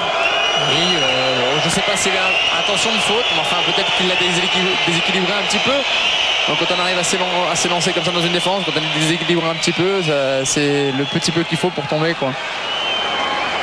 Et vous avez vu Bernard Lama. Bernard Lama, lui, il est en train de regarder les yeux dans les yeux le COP de Boulogne et de leur reprocher leur attitude un petit peu hostile aujourd'hui. Et Bernard Lama qui n'a pas la langue dans sa poche et qui l'a prouvé après Arsenal. Et quand on lui demandait le pourquoi de l'élimination, il disait quand les attaquants sont sur le banc, on ne peut pas gagner. Et Bernard Lama, c'est lui qui a affronté la tribune d'Auteuil tout à l'heure, la tribune de Boulogne maintenant. Je crois que Laurent Fournier s'est fait un petit peu mal. Oui, parce qu'apparemment, on réclame même un changement. On voit David Ginola en direction d'Arthur Georges qui fait des moulinets avec ses bras. Et Jean-Luc Sassus va seulement s'échauffer. C'est assez étonnant, Francis. Pourquoi est-ce que les remplaçants du PSG ne partent pas à l'échauffement dès le début de la deuxième mi-temps? Pas de réponse? Je ne sais pas. Ça avait déjà été assez surprenant face à Arsenal où personne n'était à l'échauffement. Et là, Sassus n'est pas prêt. Il peut pas rentrer. Il n'est pas chaud. Il est en train de courir, d'enlever son survêtement. Et ouais, parce que Fournier, il est vraiment touché. Et regardez ce coup franc. Il est à 25 mètres quoi, de la cage de Lama. Alors, est-ce que Marcel Lenné va attendre que Sassus soit remplacé? Oui. Remplacé par le numéro 13, Jean-Luc Sassus. Un Sassus sans échauffement qui va aller prendre sa place dans la défense du PSG.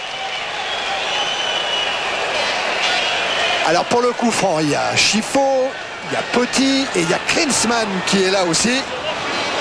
Lequel va prendre sa chance pour essayer de tromper Lama? Chifo, Petit, Klinsmann. Le mur est à peu près à distance, indique Marcel Lenné. Il remet sa montre en route. Et c'est Petit qui frappe sur la gauche de Lama. Ouais, ils ont changé à Barcelone. Contre Barcelone, ils ont eu exactement ce genre de coup franc. Ils s'étaient mis exactement tous les trois comme ça. Et Manu Petit était passé au-dessus et c'était Chifo qui avait frappé. Et Bernard Lama le sait forcément. Et donc les Monégasques pouvaient penser qu'il n'allait pas se préparer sur la frappe de Petit. Et effectivement, on a vu un petit temps de latence de Bernard Lama qui surveillait sans doute plus précisément Chifo que Petit. Thuram. Dumas.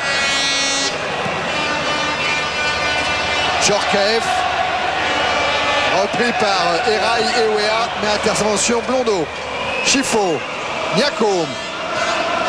Chifo encore. Dumas. Petit. Franck Dumas. Et ballon dégagé par Ricardo très loin devant. Il reste quoi? On en est à la 33e minute, il en reste 12. Et en ce qui concerne la blessure de Laurent Fournier, il s'agirait probablement d'une contracture sous la cuisse droite. Niako pris par Ginola. Weah, un 3 contre 5 à jouer pour le Paris Saint-Germain. Et Ginola, victime de ce très bon tacle de Blondeau. Il n'a pas énormément de ballons, David Ginola. Oh, il s'en plaint pas à voix haute, mais il n'est pas toujours très servi, alors que cette année, Ginola est devenu un joueur d'un niveau plus qu'international, convoité par pas mal de monde. Ça, on le sait depuis un moment. À votre avis, Francis, David va partir en fin de saison? Ça, je peux pas vous dire. On n'en parle pas trop. Je sais pas. Je sais qu'il serait intéressé par une aventure à l'étranger, mais je peux pas vous dire s'il partira ou s'il partira pas. Ben, nous non plus. On peut pas le dire. Non. On peut dire une chose, c'est que Trapattoni ne viendra pas au PSG en tous les cas. C'est un bruit qui a été lancé par les Italiens et peut-être par des camarades de Trapattoni lui-même, car c'est toujours bon de se mettre un peu sur le marché. Aldo, attention avec une déviation de Weah qui a bien failli tromper Tori. Mais personne du PSG n'a contacté Trapattoni. Et il faut quasiment vous assurer qu'il n'est pas question que Trapattoni vienne au PSG. D'ailleurs, pour le moment, Arthur Georges a toujours une année de contrat. Même si après l'épisode des voyages à Madrid et des contacts avec le Real, va se lever dans les jours prochains une piste qui normalement sentirait bon le Portugal et le Benfica de Lisbonne. Dit-on dans les coulisses. Complet avec la sélection portugaise. Petit. Et c'est Guérin qui va pouvoir repartir du côté du PSG. Avec Le Guen. Et un ballon qui sort. Remise en jeu vite jouée par Chifo. Puel. Djorkaeff. Avec un tacle de Sassus. Puel. Dumas. Petit. Encore une fois Sassus, mais cette fois de la tête. Et le ballon est sorti.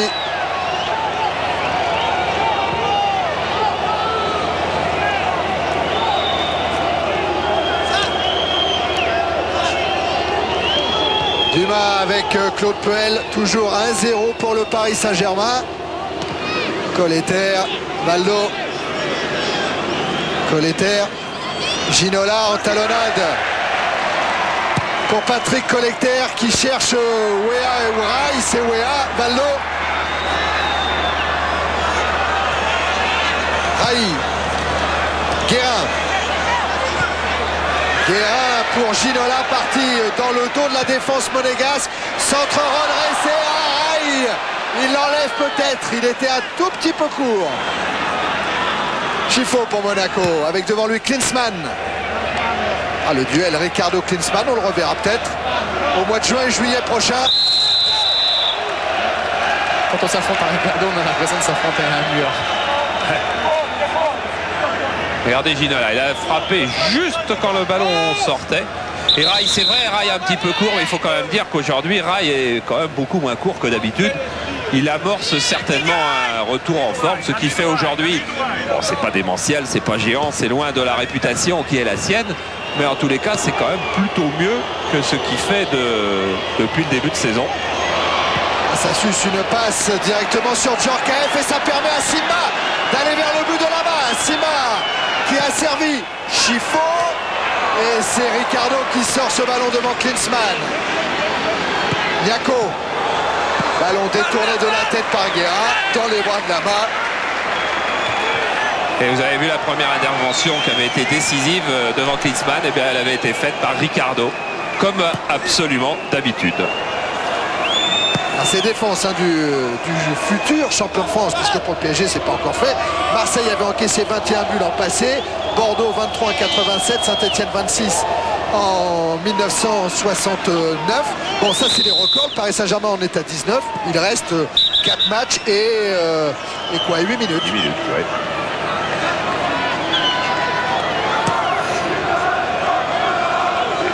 Et dans 10 minutes, on on peut dire que même si c'est pas mathématique, si rien ne change, le titre quand même 7 points d'avance à 4 journées de la fin, ce serait historique si le PSG était remonté.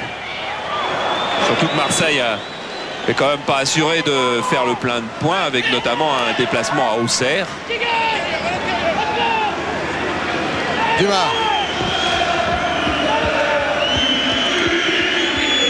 Colleter.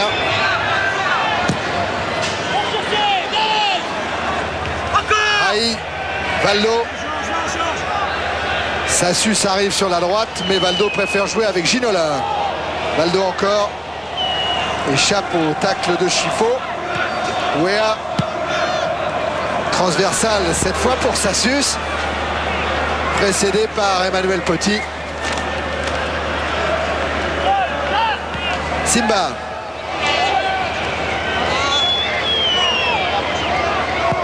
Djorkaeff s'est engagé, mais Ricardo est sur la trajectoire. Il est contré là par Klinsmann. Centre de Klinsmann. Et regardez qui est là pour précéder Enzo Chifo. C'est Wea. Il aurait fait un match formidable aujourd'hui. Sans but, c'est vrai. Mais avec un travail offensif et défensif capital. Djorkaeff. Et directement dans la tribune. Le titre se joue aujourd'hui. On a bien vu Stoïkov faire ça à Monaco, Barcelone. Mais enfin. Ruel. Dumas. Petit. Ruel encore. Avec Djorkaeff qui laisse, pensant que Chifo était derrière lui. Et il reste 5 minutes. Je dirais à la limite, face à une équipe comme Monaco, qui est quand même une équipe de très très haute qualité, les demi-finalistes de la Coupe d'Europe des clubs champions, elle sera peut-être plus. Aujourd'hui, alors qu'en plus, il y a 4 jours, PSG a laissé filer une qualification en Coupe d'Europe contre Arsenal, c'est aujourd'hui qu'on peut pardonner le plus au PSG de ne pas faire un spectacle de haute dimension. Ah oui, le PSG restait sur 2 défaites consécutives. Ça paraît incroyable vu la série de l'équipe d'Arthur Georges. Mais là, il y avait 2 défaites consécutives. 3-0 à Nantes et 1-0 à Arsenal. Le Guen. Guérin. Guérin qui insiste et qui est pris par Puel et relance de Petit. Djorkaeff. Thuram. Qui lui ne jouera pas à Milan. Comme Ikpeba, ils sont tous les deux suspendus pour la demi-finale de Coupe d'Europe. Thuram, centre derrière la cage de Bernard Lama. Thuram, eh bien, Sonny Anderson l'a désigné comme le meilleur stopper français. C'est face à lui qu'il a eu le plus de mal.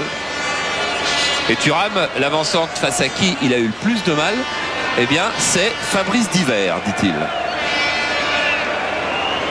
On parlait du spectacle offert par PSG à domicile. Si on regarde les chiffres qui sont souvent très très parlants, eh bien le PSG, on va d'abord voir si Georges Weah va pas aller faire un petit tour à sa façon sur la gauche. Même s'il n'y a que Rail dans la surface de réparation, Dumas a intercepté ce centre et il relance sur Niako. Djorkaeff. Petit. Petit qui insiste et qui vient provoquer avant de chercher de trouver. Non, Klinsmann. Là-bas, je crois que c'est le moment, Charles. C'est le moment de donner les chiffres. Alors les victoires, PSG à domicile, 12 victoires et 4 nuls. Sur les 12 victoires, une but d'écart, c'est contre Angers. Une par 3 buts, contre Auxerre plutôt. Une par 3 buts, c'est contre Angers. 2 par 2 buts, c'est contre Caen et Strasbourg. Et 8 par 1 but, ça ferait 9 aujourd'hui. Et 4 nuls, 2-0-0 contre le Havre et Lyon. 1-1 Marseille, 2-2 Martigues. Alors c'est vrai qu'on peut estimer qu'il n'y a pas forcément le compte.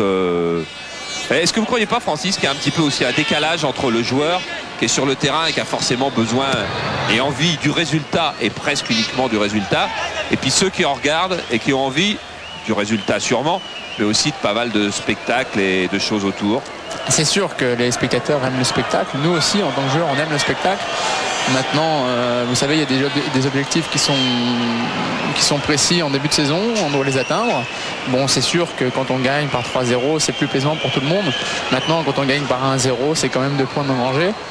Mais bon, il faut dire aussi que cette saison, c'est vrai qu'on a gagné au Parc des Princes des fois très très justement, mais on a manqué beaucoup d'occasions. Si on avait eu un peu plus de chance et peut-être un peu plus de réalisme, je pense qu'on aurait pu faire beaucoup plus d'écart.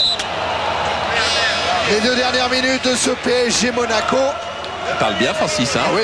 Et on disait il va se faire chambrer par l'équipe de France Espoir quand il va ça je vais pas y échapper, il n'y a pas de problème. Et ben ils auront tort.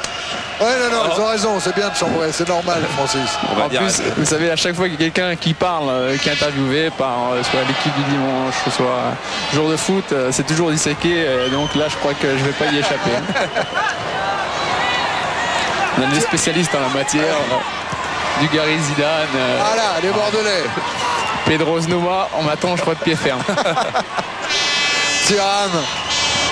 On les prendra aussi à leur tour. Ah, j'espère bien, mais moi je serai de l'autre côté. Ouais, chacun son tour. Puel. Écarte sur Emmanuel Petit. Dumas. Dumas qui a plus beaucoup de solutions maintenant. Si ce n'est de trouver Youri Djorkaeff. Puel avec Niako qui est seul sur la droite et qui est oublié par ses partenaires. Le Gwen Wea. Ah oui, il peut encore faire un truc dans la minute 30 qui reste. Il y en a 6 autour, c'est pas possible. Là c'est compliqué. Dumas. Petit. Ils n'arrivent plus à relancer vite les Monégasques. Là aussi, ils ont eu un match mercredi de Coupe d'Europe qui a dû laisser des traces dans les têtes mais dans les jambes. Niako. Simba. Plus ça va, plus les jambes s'alourdissent. Contré par Roche et Simba est bien revenu. Dumas vers Chifo. Klinsmann en retrait pour Petit. Petit, attention à Djorkaeff qui remet instantanément pour la tête de Niako. Il y a Klinsmann et il y avait Simba aussi. Ce sera corner. Quelle alerte alors que le temps réglementaire était dépassé. Djorkaeff, c'est parfait sa remise. Là on se bat beaucoup. Roche, elle rebondit. Klinsmann croit qu'il va la prendre. Simba la prend et finalement c'est Patrick Colletter.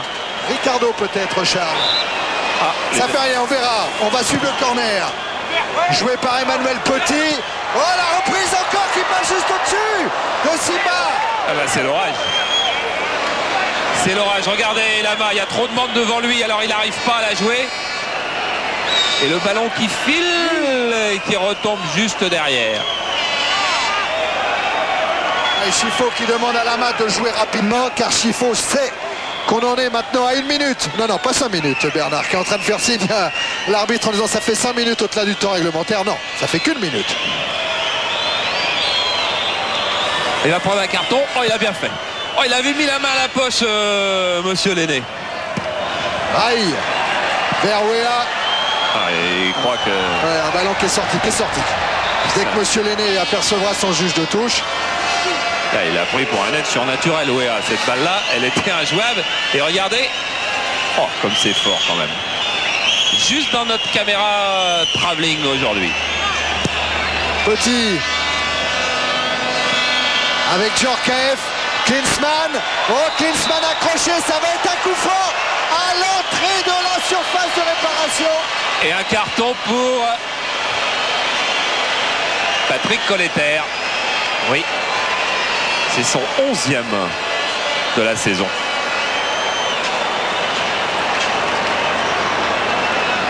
Et un coup franc. Eh oui. Et alors, coup franc exactement dans l'axe de la cage de Bernard Lama.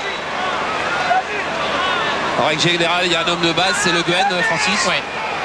Voilà, l'homme de base, vous le voyez, c'est celui qui se met le plus à l'extérieur, dans l'alignement du poteau extérieur. Alors en règle générale, les murs sont de 4. Quand c'est très près comme ça, Lama peut demander un mur plus important. Il a demandé 6. Et le danger, c'est qu'il ne voit plus la balle au moment de la frappe. Je pense qu'il a mis un joueur de plus de chaque côté. Alors Chifo est tout près du ballon. Il a dans son dos Emmanuel Petit et Youri Djorkaeff. Mais pour le moment, c'est la bagarre de position pour le mur. Chifo qui laisse Djorkaeff frappe. Inscrit par Youri Djorkaeff, le 19e de sa saison et un but qui permet à Monaco de ramener un point du Parc des Princes. Oh, quelle frappe magnifique de Youri Djorkaeff, son 19e but. Donc il n'avait pas marqué de coup franc, je crois, cette saison. Chifo qui s'embarque, elle passe dans le coin ouvert, il y est là-bas, il l'a vu, mais il est un peu bas, un petit peu écrasé sur ses appuis. S'il la prend, c'est un arrêt extraordinaire. La frappe est forte, il est un petit peu bas, c'est exactement son problème. Ça a été un problème d'appui là pour Bernard Lama. Il a les jambes un petit peu faibles parce qu'il est prêt à partir sur son côté et il s'en veut là-bas. Pourtant il avait élargi le mur. Mais à mon avis il y a un petit problème dans le mur parce qu'il a mis quelqu'un à l'extérieur qui aurait dû sortir au ballon plus rapidement. Qui aurait dû essayer de sortir pour essayer de contrer le ballon. Et cette fois c'est fini puisque Monsieur Lenné vient de donner le coup de sifflet final et Monaco grâce à Youri Djorkaeff prend un point ici ce soir au parc. Et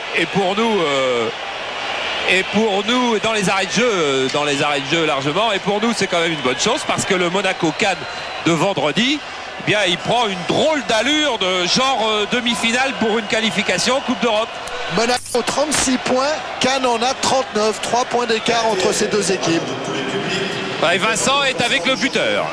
Oui, le buteur qui a marqué une petite merveille de coup franc. Comment est-ce que vous l'avez préparé celui-là? Il est fabuleux. Enzo voulait tirer, puis j'étais vers lui, je lui ai dit Enzo laisse-moi, elle va au fond. Et... ouais, il a compris, c'est bien parce qu'il est passé par-dessus, il a très bien compris, j'étais en position de force et il l'a laissé, puis j'ai frappé et j'en étais sûr que j'avais marqué. Bon alors ici, un point au Parc des Princes, ça non plus c'est pas mal. Est-ce que vous gardez confiance pour l'Europe? Non, je crois qu'on a fait un très bon match cet après-midi. On a été courageux jusqu'à la fin, on est revenu à la marque, c'était difficile. Mais je pense que c'est de bon augure pour le déplacement à Milan. Oui, comment vous le voyez maintenant ce déplacement à Milan avec cette perspective? Non, mais je pense que Milan sera un autre match, c'est une autre compétition, mais je ne me fais pas de soucis. Je pense que nous, on n'a rien à perdre, on va aller à Milan pour faire un grand match et je suis persuadé qu'on va le réussir. Merci beaucoup, Djorkaeff. Voilà, et Ginola a trouvé de quoi se consoler, et largement de quoi se consoler. Avec le petit Andrea. Et demain il ira rejouer au golf avec ses copains footballeurs qui jouent à la Curlew Evelyn.